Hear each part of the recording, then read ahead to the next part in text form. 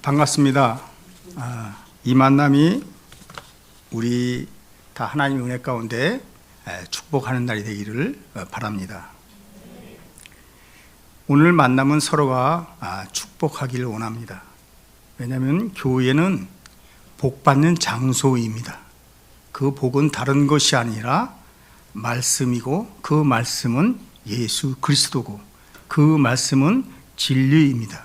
그래서 우리를 복받는 길로 인도하는 거예요. 복이라는 것은 꼭 물질로만 다 모든 걸 얘기할 수 있지만 또 영적인 복이 있습니다. 가장 중요한 것은 돈이 아주 많아도 결국은 영적인 복을 받지 못하면 백해무익합니다. 더군다나 복받지 못하는 백성은 어떻게 돼요? 결국은 천국에 갈 수 없습니다. 천국은 누구에게 주어지느냐? 바로 이 모임에 참여한 여러분에게 주어지는 길입니다. 그래서 여러분은 복을 받아야 합니다. 오늘 보니까 찬양할 때도 은혜가 넘치고, 아까 기도하시는데 목사님을 놓고 기도하시는데 참 여러분의 마음이 당겨진 것 같아가지고 너무나 감사하더라고요. 왜냐하면 성령의 역사가 강하니까. 그래서 여러분은 복받는 성도구나. 여러분은 종교인이 아니구나. 여러분들은 교회만 왔다 갔다 하는 그런 분들이 아니구나. 여러분들은 바로 축복의 사람들이구나.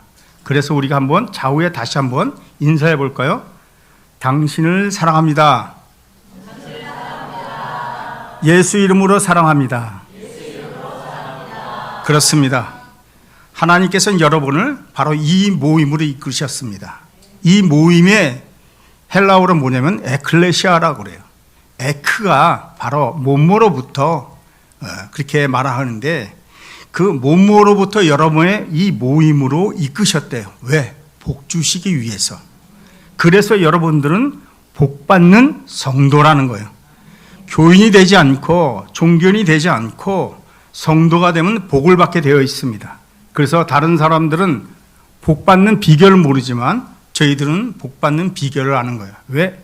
하나님 중심, 예수 중심 성령의 인도하심과 도우심을 받기 때문에 그렇습니다.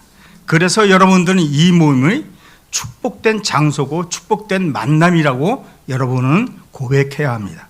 그런 신앙 가운데 오늘 함께 말씀을 나누려고 합니다. 오늘 제목이 참 이상하죠? 어쩌라고? 젊은 사람들은 잘 알죠? 어쩔 TV. 어쩔 TV를 언제 사용하죠? TV나 봐. 까불지 말고 TV나 봐. 한마디 이 말 아닙니까? 어쩌라고 이것을 감히 신 앞에 사용한 사람들이 있었어요. 그들이 누구냐면 소선지서의 12번째 마지막 책 말라기입니다. 말라기에 하나님 앞에 반문하는데 의미전환하면 어떻게 사랑하셨습니까? 라고 묻는 이 말이 다른 말로 얘기한다면 어쩌라고 이 말이에요. 나 사랑받은 적 없어. 나 받은 기억이 없어서 나 그 사랑 몰라. 이 말이에요. 다시 얘기하면 그 안에 기분이 나쁘다는 거죠. 내 기도 응답 안 했다는 거죠. 내가 원하는 것을 이루어주지 않았다는 얘기입니다. 그래서 이 이스라엘 백성들, 기한한 이 100년 후, 약 100년 후에 이스라엘 그 유대 민족들은 이 하나님 앞에 불평하는 말을 한 거예요.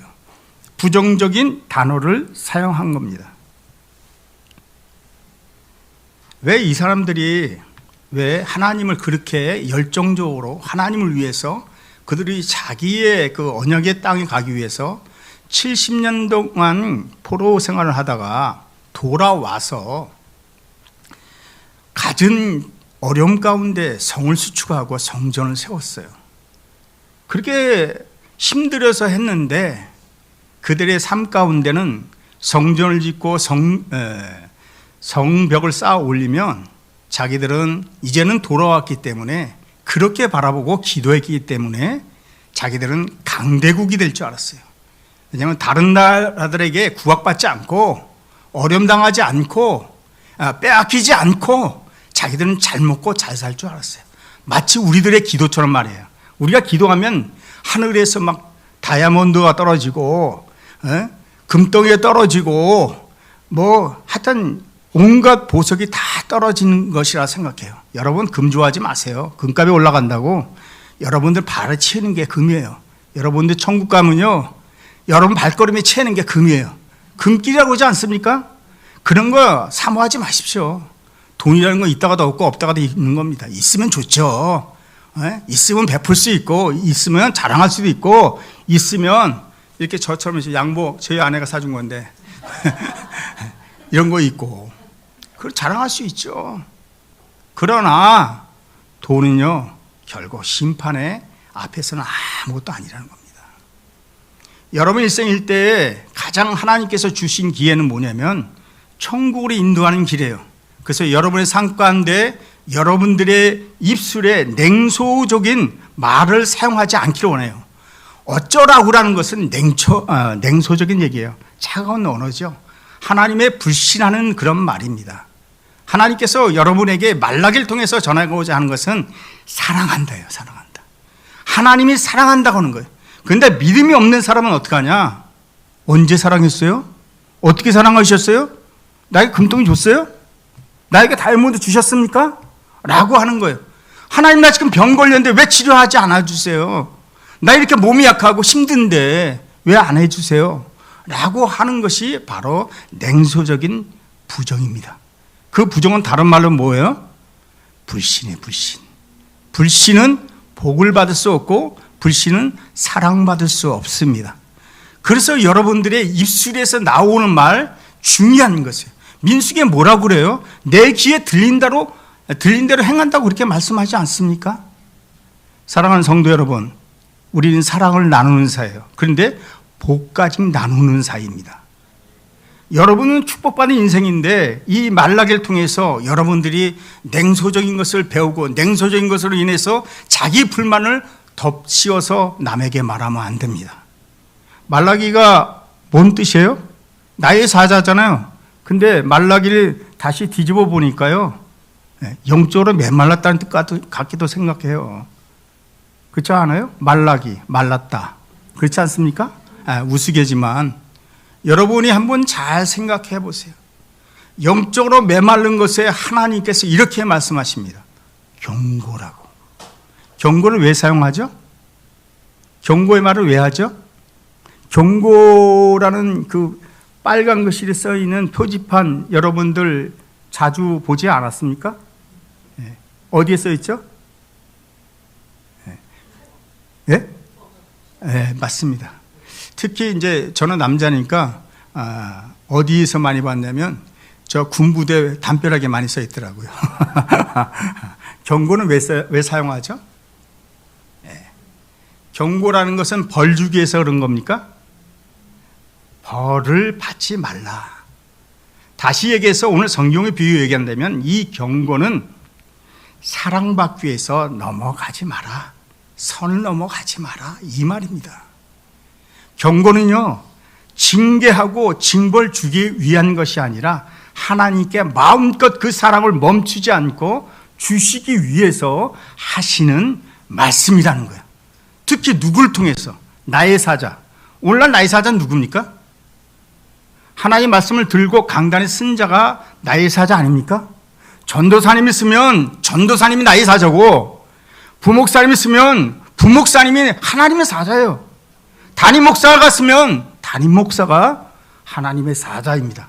그래서 강단에서 전해지는 이 말씀을 여러분들이 어쩌라고, 어쩔 TV 하면 여러분은 냉소적으로 저주가 임하는 거예요.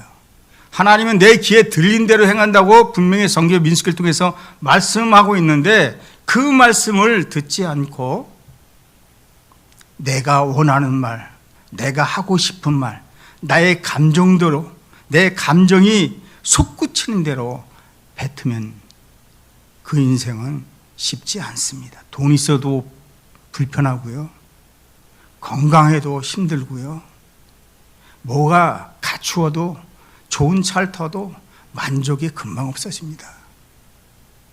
그러나 여러분들이 하나님의 마음에 들면, 그 여러분들의 마음이 중심이 하나님을 향하게 된다면 냉소적인 것은 없습니다. 제가 20대 때 좀 요란하게 세상을 살았습니다. 10대부터. 그러다 보니까 제가 이제 그때는 믿지 않을 때예요. 믿지 않고 저희 이제 형들, 사촌들은 뭐 믿고 총신대학교 연대 법대 쳐가지고 학교 했는데 집안에서 반대해가지고 총신의 후기였는데 그때 당시 후기에 그에 들어가셔서 전도사 생활할 때예요. 근데 저는 온전하게 하나님 앞에 서 있지 못하다 보니까 병이 걸려가지고 아무것도 못 먹고 20일 동안 링기를 맞다 보니까 몸무게가 엄청 많이 빠졌습니다. 그래서 몸이 이 상체를 하체가 받치지 못했어요. 그래서 바깥에 나가야 되는데 못 나가니까 지팽이를 잡고 억지로 벽 짚으면서 그렇게 걸어왔어요. 근데 비 오고 난 후인데 그 바닥에 물이 고여 있더라고요. 그걸 피하려고 살짝 건너갔는데 그래서 살짝 건너가니까 물이 튀더라고요. 왜 튀지? 그런 생각을 하고 걸었습니다. 결국 제 중심이 온전하지 못하니까, 서 있지 못하니까 걸을 때마다 나는 천천히 걷지만 그 물은 천천히 걸은 게 아니라 무게로 인해서 튀기게 되어 있는 겁니다. 다시 얘기해서 뭔 말이냐면, 중심이 온전하지 못하면 아무리가 내 마음대로 내가 원하는 대로 가고 싶어도 갈 수가 없다는 거예요. 우리의 중심엔 뭐가 있어야 되죠? 아멘. 제가 오늘 여기에 딱 보면서 뭐라고 하냐면, 리바이벌 해가지고 다시 십자가 앞에. 이 십자가 앞에는 뭐죠? 여러분이 금방 얘기한 예수입니다. 예수 앞에 서 있지 않으면 여러분은 불평하게 되어 있어요. 교회에서 신앙생활 20년, 30년, 50년을 해도 똑같이 불평하게 되어 있어요. 여기서 여러분이 말하고 전하여지는 그 말씀이 여러분에게 향할 때 그것을 믿음으로 받아들이면 복되어집니다. 복을 받습니다. 저희 부부가 처음에 신앙생활 때 모든 걸 끊고 신앙생활을 하면서 아무것도 몰라가지고 일도 안 하고 교회 생활을 하는데 강단에서 목사님이 그랬어요. 아니, 요즘도 11조를 3만 원 하는 사람이 있습니까? 근데 저희가 딱 3만 원 했거든요. 네. 그것도 몇 달 모아서. 강단에서 목사님은 11조 3만 원 하는 사람이 있습니까? 라고 했을 때 저희는 하나님 앞에 눈물 뿌려 기도했습니다. 하나님, 저희는 드릴 게 없어가지고 몇 달 모아서 하나님 앞에 드린 건데 강단에서 하는데 어떻게 합니까? 제 아내가 울면서 기도 엄청 많이 했습니다. 저도 뭐 기도했는데 아내 10분의 1도 못 쫓아갔어요. 아내는 시간마다 기도하고 직장에서도 기도하고 온전히 기도로만 살았어요. 저도 밤에 12시 가가지고 새벽까지 기도하고 새벽 기도 드리고 오고 또 기도원에 가고 또 산기도 올라가고 그런 생활을 반복했습니다. 그런데 어떻게 된 일인지 제 아내가 그 3만 원 때문에 상처받아서 하나님 앞에 기도했습니다. 엉망의 기도를 했냐? 엉망 기도하지 않았습니다. 하나님, 저희는 드릴 게 없어 3만 원밖에 없습니다. 하나님, 저희가 어떻게든지 감사와 11조는 빠지 않고 하겠으니 하나님 집 주세요. 근데 어떻게 됐을까요? 예, 맞습니다. 3년 후에 집을 줬어요. 그때가 IMF입니다. 돈이 있을 수가 없는 그런 상황이었어요. 저희는 돈이 없었어요. 전세가 집값보다 더 비싸졌어요. 그런데 하나님께서 집을 주더라고요. 제가 지금 이 얘기하는 것은 저희가 집이 있다고 자랑하려고 하는 게 아닙니다. 하나님 앞에 불평을 쌓일 수밖에 없는, 하나님 앞에 드릴 수 없는 그 상황 가운데 불평하지 않고 하나님 소원을 했습니다. 하나님, 저희의 연약함을 불쌍히 여겨주시고 하나님 책임져 주옵소서. 결국 그래서 저는 신학교 가고 결국 목사가 됐죠. 목사가 된 게 자랑스럽다는 게 아니라 저의 못난 모습이 여러분 앞에 신앙으로 간증되어지기를 원하기 때문에 하는 거예요. 저희들은 능력도 없고 자랑할 것도 없고 학력도 없었습니다. 그럼에도 불구하고 하나님 앞에 쓰려고 하니까 하나님의 복을 주시더라고요. 그래서 하다못해 아내가 사준 옷을 자랑하는, 저는 이것만 받은 게 아닙니다. 저 목사님들 알지만 제 동기가 저보다 17살 어려요. ROTC 제대하고 와서 바로 신학교 와가지고 신대원에서 같이 만나서 그 친구가 저한테 가진 걸 다 주더라고요. 요번에 추석에도 얼마나 많으시는지 저희 식구들이 먹고 맨날 며칠 먹어도 남아나더라고요.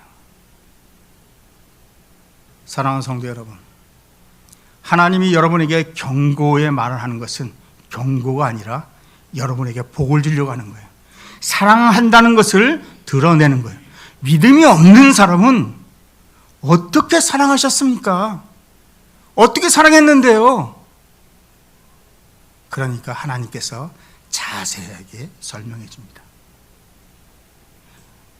야곱의 형이 에서 아니냐?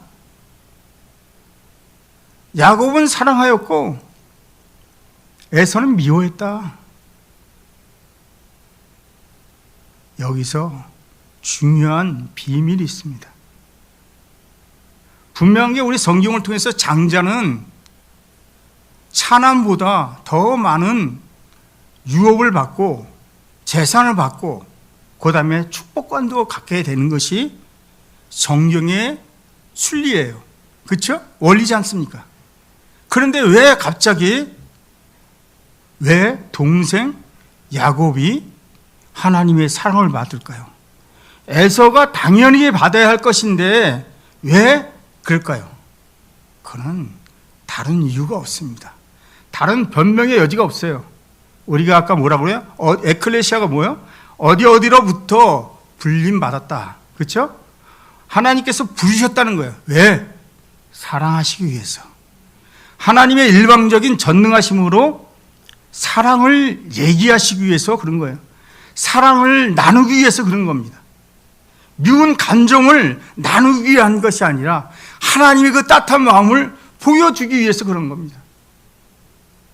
하나님의 사랑은 어떠한 이유가 있는 게 아니라 하나님의 선택입니다. 이것을 다른 말로 하면 성경적으로 우리가 신학적으로 얘기한다면 특별 은총이에요. 특별 은혜입니다. 하나님의 사랑은 특별히 선택한 사람, VIP들에게만 주는 거예요. 여러분은 하나님의 VIP예요. 여러분들은 하나님의 피를 받은 사람은 아니에요. 그렇죠? 하나님의 그 족보에 어떻게 들어갔습니까? 그렇죠. 하나님이 만세제부터 택하시고요. 하나님께서 아버지 부르도록 허락된 사람이에요. 그래서 신약 성경에서는 양자영을 받았다고 그렇게 얘기하고 있는 겁니다. 우리가 하나님 앞으로 입양된 거예요. 왜? 마태복음 5장 9절에 뭐라고요? 합평케 하는 자는 하나님의 아들이라 일컬음을 얻을 것이며, 그렇죠? 하나님의 아들을 일컬음 받는 것은 그의 입술에서 아버지, 아버지, 아버지, 아버지, 아버지, 아버지 그렇게 쫓아다니는 사람들에게 주는 겁니다. 이것을 우리는 모르기 때문에 교회 나와도 불평하고 교회 나와도 불만 갖고 교회 나와도 온전한 눈으로 보지 아니하고 하나님의 마음으로 보려고 하지 않고 자기 눈으로 자기 생각으로 보려고 한 거예요. 그게 바로 에덴 동산의 사건입니다. 하나님의 중심이 되지 않다 보니까 자기 중심, 자기 것을 채우려고 하다 보니까 원죄가 생긴 거예요. 그 원죄는 다른 것이 아닙니다. 하나님으로부터 버림받는 이유가 되는 거예요. 그 이유가 뭐예요? 유전됐지 않습니까? 그 유전된 게 뭐예요? 우리의 영원한 것을 뺏긴 거예요. 그리고 어떤 누구도 괴롭힘을 당하지 않도록 보호하는 그 에덴에서, 지킴의 동산에서 우리가 쫓겨난 겁니다. 여러분, 죽음을 맛봤습니까? 죽음 맛보신 분 손 들어보세요. 손들 수가 없겠죠? 네. 죽음을 손들 수가 없잖아요. 우리는 죽음을 맛보는 존재가 아닙니다. 죽음을 아는 존재가 아닙니다. 다른 사람을 통해서 본 거죠. 그것이 바로 원죄의 대가입니다. 아담과 하와는 죽지 않았어요. 누가 죽었어요? 아벨, 그렇죠? 자식이 죽으면 어디다 묻어요? 그렇죠? 그 가슴에 묻는 그 아픔이 누구의 아픔일까요? 하나님의 아픔이에요. 배반의 아픔을 하나님은 그렇게 표현하시고 정령껏 죽으려는 그 말씀을 그들에게 보여주는 거예요. 죽음은 다른 사람에게 보여주는 게 아니라 본인이 알도록 자식을 통해서 알려주고 그 자식을 통해서 하나님 마음을 드러내신 겁니다. 그런데 우리가 말라기처럼 영적으로 메말라야 되겠습니까? 아니죠. 하나님은 그 미워하는 자에게 하나님이 용납하지 않아요. 무너뜨리신대요. 내가 야곱을 사랑하였고 에서를 미워하였으며 그 산들에 항폐하게 하고, 항폐한다는 건 완전히 쓸모없고 아무것도 남겨두지 않는다는 거예요. 그리고 또 뭐라고 하냐면 그의 산업을 강야에서 이리떼에게 넘겨느니라. 왜 넘겨요?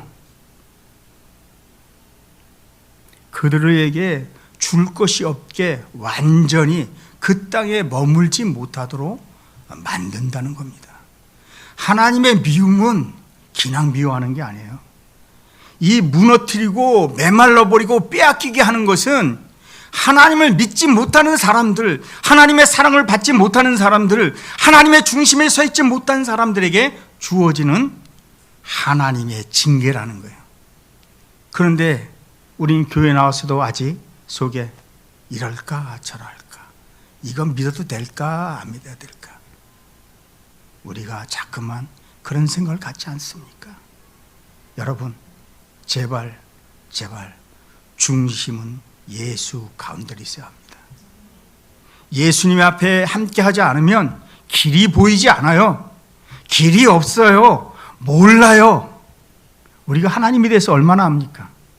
이 땅에 사는 사람들이 하나님에 대해서 얼마나 알아요? 하나님에 대해서 몰라요. 알 수가 없습니다. 알려주는 것만 아는 거예요. 그런데 마치 내가 하나님을 다 아느냐? 내가 다 알기 때문에 마음대로도 해도 돼 라고 하는 것처럼 그런 행동을 하지 않습니까? 돌아서야 합니다. 어디로?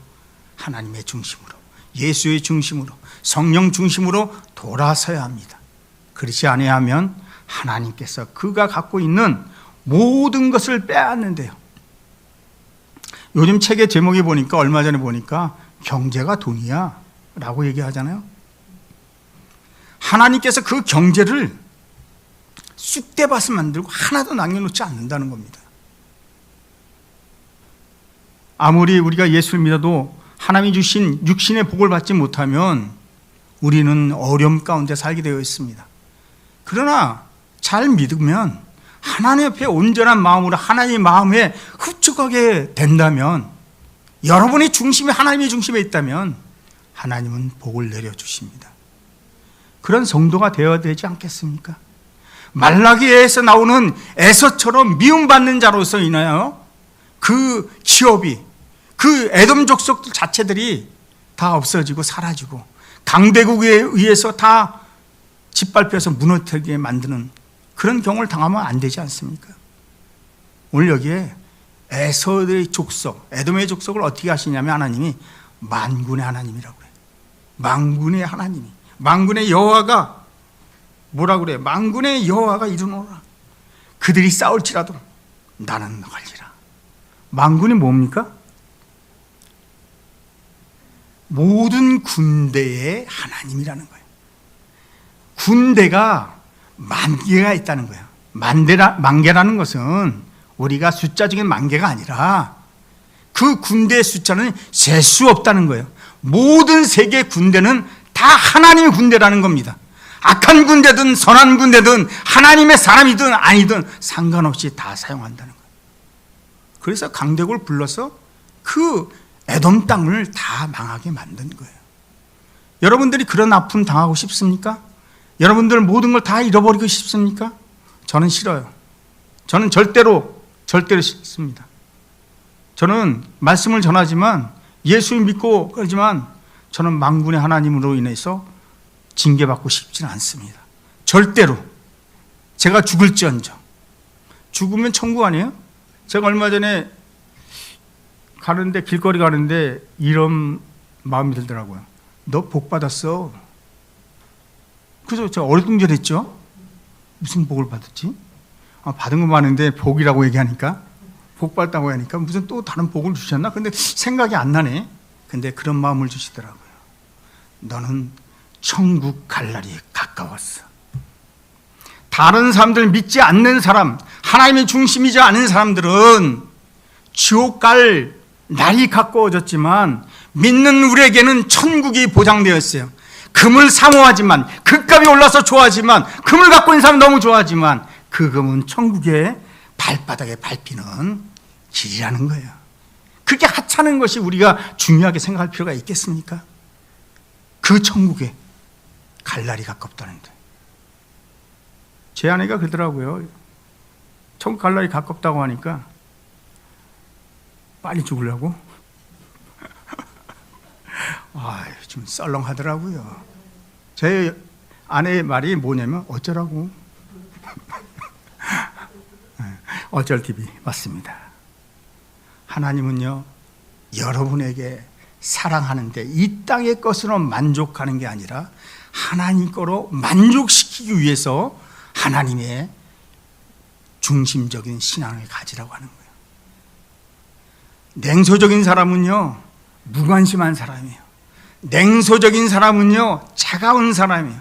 냉소적인 사람은요, 마음이 미지근한 사람이에요. 그래서 그 안에 열정이 있을 수가 없어요. 열정이라는 것은 라틴어로 뜻하면 신이 그 안에 있다는 뜻이에요. 다시 반대적으로 얘기한다면 그 안에 냉소적인 사람은 하나님이 없다는 겁니다. 그런 신앙으로 살기 원하십니까?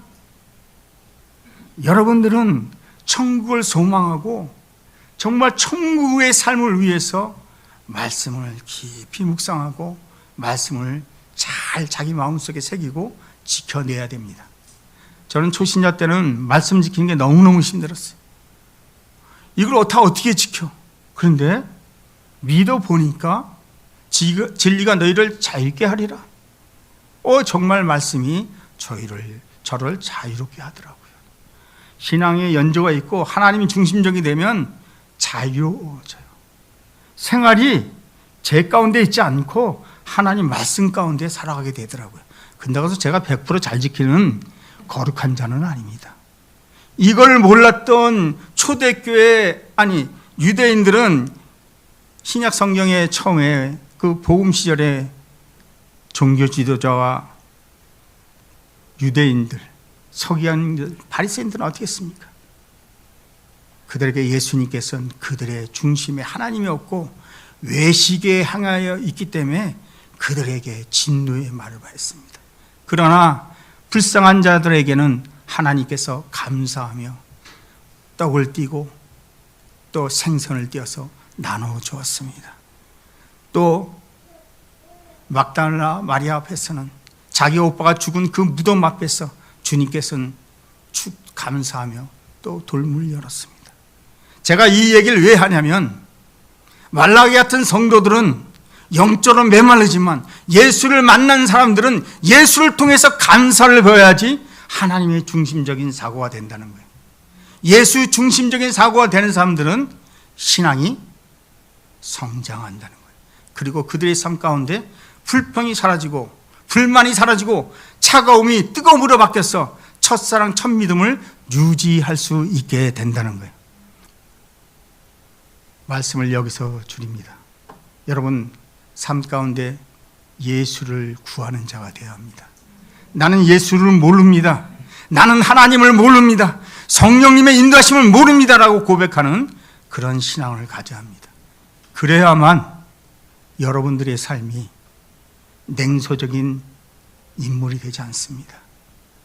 아무리 성벽을 쌓고 성전을 쌓아도 이렇게 하면 하나님이 복을 주겠지, 내가 헌신하고 내가 하나님 앞에 많은 물질을 드리고 내가 봉사를 했다고, 내가 선한 일을 했다고 하나님이 응답해 줄 것 같지만 그렇지 않아요. 왜? 자기 선행의 중심이니까.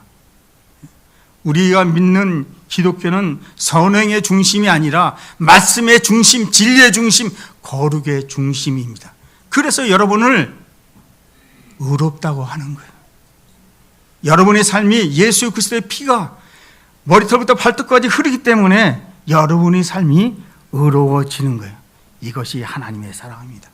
그래서 예수 그리스도 안에 있는 자는 하나님의 사랑에서 끊을 자가 없다고 성경은 말하고 있지 않습니까? 여러분, 그러기 위해서 감사하십시오. 뭐든지 감사, 깨도 감사, 잠자도 감사, 배고파도 감사, 배불러도 감사, 죄송하지만 방귀 껴도 감사. 왜? 내장이 움직여서 가스 독소를 빼내니까. 안 그렇습니까? 그렇지 않나요? 여러분이 그런 사람이 되기를 원합니다. 그런 축복의 성도가 되기를 원합니다. 그리고 특별히 주의 종들을 위해서 기도 많이 해 주십시오. 아까 기도하시는데 성령이 강하게 역사하시더라고요. 그분의 마음과 이 교회 성도들이 목사님을 위해서, 담임 목사님을 위해서 얼마나 기도하는지 그것을 느껴지더라고요. 우리 또 찬양을 인도하신 분이나 또 부목사님이나 전도사님이나 그분들 서 있는 하나하나가 성령의 역사를 통해서 은혜를 끼치는 그런 분들입니다. 하나님 종이지 사람의 종이 아니고 여러분의 종이 아니라 하나님 말씀을 전하는 매개체입니다. 그렇기 때문에 여러분들이 그들을 위해서 기도 많이 하십시오. 그러는 여러분이 되기를 주님의 이름으로 축원합니다.